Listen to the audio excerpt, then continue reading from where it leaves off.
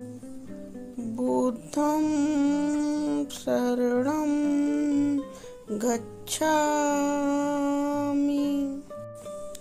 दोस्तों, आज की गौतम बुद्ध भगवान की इस कहानी के माध्यम से हम आपको बताएंगे कि बुद्ध के नज़रिए से हमारे जीवन का मूल्य क्या होता है।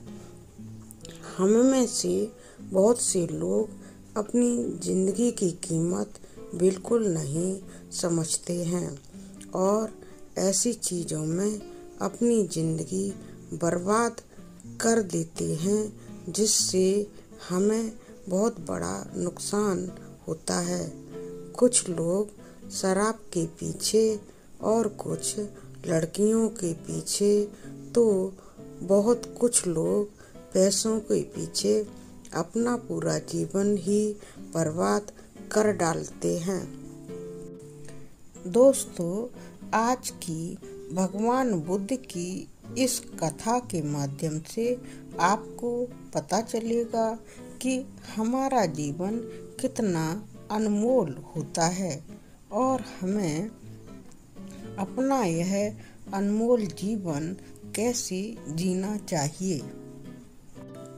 दोस्तों, एक समय की बात है कि भगवान बुद्ध जेतवन में पीपल के वृक्ष के नीचे बैठकर अपने कुछ शिष्यों को जीवन से जुड़ी हुई अच्छी और बुरी बातों का ज्ञान दे रहे थे और सभी शिष्य बड़े ध्यान से उनकी बातें भी सुन रहे थे। तभी उन शिष्यों में से एक शिष्य ऐसा भी था जिसे प्रश्न पूछने की बहुत उत्सुकता रहती थी। दोस्तों, उस दिन वही शिष्य उठकर गौतम बुद्ध के पास गया और भगवान से बोला, आप हमें जीवन के बारे में जो कुछ भी सिखा रहे हैं उसका क्या फ़ायदा, क्योंकि हम में से कई बच्चे तो यह भी नहीं जानते हैं कि हमारे जीवन का मूल क्या है और यह जीवन कितना कीमती है। हमारे लिए यह जीवन क्या उपयोगी है। पहले कृपया हमें बताएं कि इस जीवन का मूल्य क्या है। दोस्तों, तथागत बुद्ध अपने शिष्य की इस बात को सुनकर अपने कमरे में गए और वहां से पत्थर का एक चमकता हुआ टुकड़ा ले आए और अपने उसी शिष्य को वह पत्थर का टुकड़ा देते हुए भगवान बुद्ध उससे बोले, मैं तुम्हें इस जीवन का मूल्य तब बताऊंगा जब तुम्हें इस पत्थर का सही मूल्य मालूम चल जाएगा। इसके लिए अभी तुम इस पत्थर को लेकर बाजार में जाओ और इस पत्थर का सही मूल्य मालूम करो। भगवान बुद्ध ने अपने उस शिष्य को यह भी समझाया कि तुम सिर्फ इस पत्थर का मूल्य मालूम करोगे, इसे बेचोगे नहीं। इस पत्थर का सही मूल्य जब तुम्हें पता चल जाए तब तुम इस पत्थर को लेकर मेरे पास आना। दोस्तों, वह शिष्य गौतम बुद्ध की इस बात को मानकर पत्थर को लेकर बाजार की ओर गया, क्योंकि वह उस पत्थर का मूल्य जानने के लिए बहुत उत्सुक था। बाजार में पहुंचकर उस शिष्य ने सबसे पहले फल विक्रेता को देखा और उसके पास जाकर उसे यह पत्थर दिखाकर पूछा, फल बेचने वाले भाई, इस पत्थर के बदले में तुम मुझे कितने फल दे सकते हो? ऐसा उसने फल विक्रेता से कहा। फल विक्रेता ने उस शिष्य को बताया कि जो पत्थर उसने उसे दिया है वह पत्थर कोई खास पत्थर नहीं है। उसने आगे गौतम बुद्ध के शिष्य से कहा, लेकिन फिर भी मैं तुम्हें इस पत्थर के बदले 10 केले तो दे ही सकता हूँ। वह शिष्य उस पत्थर को लेकर आगे बढ़ गया। उसने फल विक्रेता से उसके केले नहीं लिए। तभी आगे रास्ते पर उसकी मुलाकात एक सब्जी वाले भाई से हो गई। शिष्य ने अपना वही पत्थर उस सब्जी वाले को भी दिखाया। लेकिन यह क्या, सब्जी वाले ने तो उसे मात्र कंकड़ पत्थर का ही पत्थर बता दिया। यह सुनकर शिष्य अपने उस पत्थर को सब्जी वाले से वापस लेकर आगे बढ़ गया। दोस्तों, अब वह शिष्य उस पत्थर को लेकर एक सुनार के व्यापारी के पास गया और उसने उस पत्थर को सोने के व्यापारी को दिखाया। दोस्तों, पत्थर के उस टुकड़े की चमक को देखते ही सुनार बहुत आश्चर्यचकित हुआ। तभी शिष्य ने अपने पत्थर की कीमत उस व्यापारी से पूछी, तो सुनार ने उस पत्थर की कीमत 100 सोने के सिक्के लगा दी। लेकिन शिष्य को तो वह पत्थर का टुकड़ा बेचना ही नहीं था, इसलिए उसने अपने पत्थर को बेचने से इनकार कर दिया। वह सुनार कुछ भी समझ नहीं पाया और उसने यह किया कि अब वह उस शिष्य को उसके पत्थर के बदले में 200 सोने के सिक्के देने के लिए तैयार हो गया।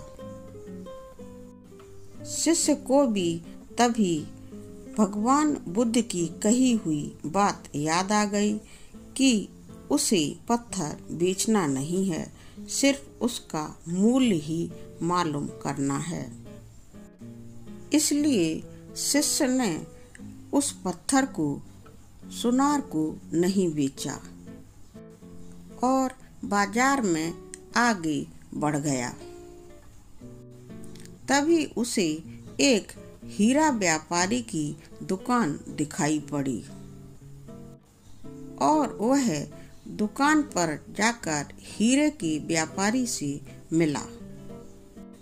शिष्य ने अपना वह पत्थर का टुकड़ा हीरे के व्यापारी के सामने रख दिया। दोस्तों, जैसे ही हीरे के व्यापारी ने उस पत्थर को देखा, वह उस पत्थर के टुकड़े को देखकर भौचक्का रह गया। उसने झट से एक साफ कपड़ा बिछाया और उस पर उस पत्थर के टुकड़े को रखा। फिर वह उस पत्थर की परिक्रमा करने लगा। जब परिक्रमा खत्म हुई तो हीरे का व्यापारी उस पत्थर को एक साफ कपड़े में लपेटते हुए शिष्य से बोला, बेटा, तुम इस पत्थर को बिल्कुल साधारण पत्थर समझ रहे हो और इसकी कीमत जानने के लिए इसकी कीमत पूछ रहे हो। लेकिन बेटा, यह एक साधारण पत्थर नहीं है। दरअसल यह एक बहुत बहुमूल्य माणिक है और इस संसार में ऐसा माणिक हर किसी को नहीं मिलता है। इसे आपसे खरीदने के लिए अगर मैं अपना सब कुछ बेच भी दूं, फिर भी मैं तुम्हें इसकी कीमत तो नहीं चुका सकता हूँ, क्योंकि यह एक बहुमूल्य रत्न है। बेटा, यह सिर्फ पत्थर का माणिक नहीं है, यह तो एक बहुत ज्यादा बहुमूल्य हीरा है। दोस्तों, उस हीरे व्यापारी की बातें सुनकर वह शिष्य बहुत आश्चर्यचकित हुआ। उसने झट से अपना वह माणिक पत्थर उस व्यापारी से ले लिया और भागता हुआ सीधा भगवान बुद्ध के पास आया और बाजार में जो कुछ भी उस माणिक को बेचने के बारे में हुआ, उसने भगवान बुद्ध को बताया। दोस्तों, उस शिष्य की आश्चर्यचकित बातें सुनकर भगवान बुद्ध बोले, वत्स, तुम्हारे प्रश्न का उत्तर इस माणिक के मूल्य में ही छिपा है। हमारा जीवन भी बिल्कुल इस माणिक की तरह ही है। इसीलिए इस माणिक की तरह ही हमारा जीवन भी बहुत अनमोल है। लेकिन हम इस बात को हमेशा नजरअंदाज कर देते हैं और अपने जीवन की कीमत ही नहीं समझते हैं। हम दूसरों को देखकर और उनके जैसा जीने की कोशिश करके अपने जीवन का मूल्य बहुत कम कर देते हैं। हम सोचते हैं कि हमारे जीवन का मूल्य वही है जो दूसरे लोग हमें अक्सर बताते रहते हैं, लेकिन ऐसा नहीं है। हमें हमेशा याद रखना चाहिए कि दूसरा व्यक्ति आपको अपनी स्थिति, बुद्धि और समझ के अनुसार महत्व देता है, जबकि हम उससे कई मायने में अलग होते हैं। बेटा, मनुष्य जीवन बहुत मुश्किल से मिलता है, इसलिए इसे बर्बाद नहीं करना चाहिए। अपने जीवन को उतना ही मूल्यवान समझना चाहिए जितना आप अपने बैंक में मौजूद पैसों को मूल्यवान मानते हैं। आज के समय में लोग प्यार, पैसा और दिखावा जैसी चीजों को अपनी जान से भी ज्यादा कीमती समझ रहे हैं। लोग प्यार को महत्व नहीं देते हैं, जबकि पैसे को बहुत ज्यादा महत्व देते रहते हैं।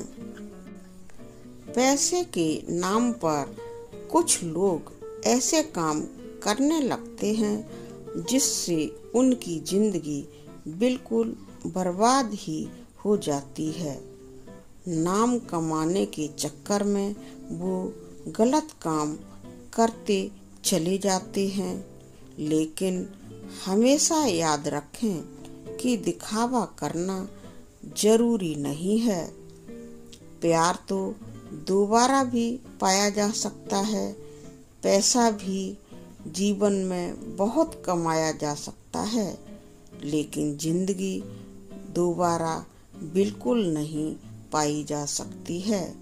इसलिए अपना यह अनमोल जीवन बहुत अच्छे से जीना सीखें और जिएं भी।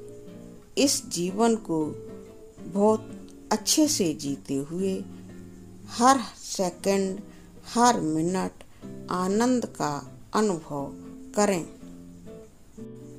दोस्तों, भगवान बुद्ध ने आगे अपने शिष्यों से कहा कि वत्स, कभी यह मत सोचो कि तुम इस दुनिया में किसी काम के नहीं हो।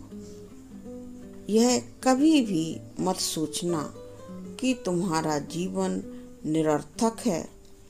तुम्हारे होने या न होने से कोई भी फर्क नहीं पड़ता है।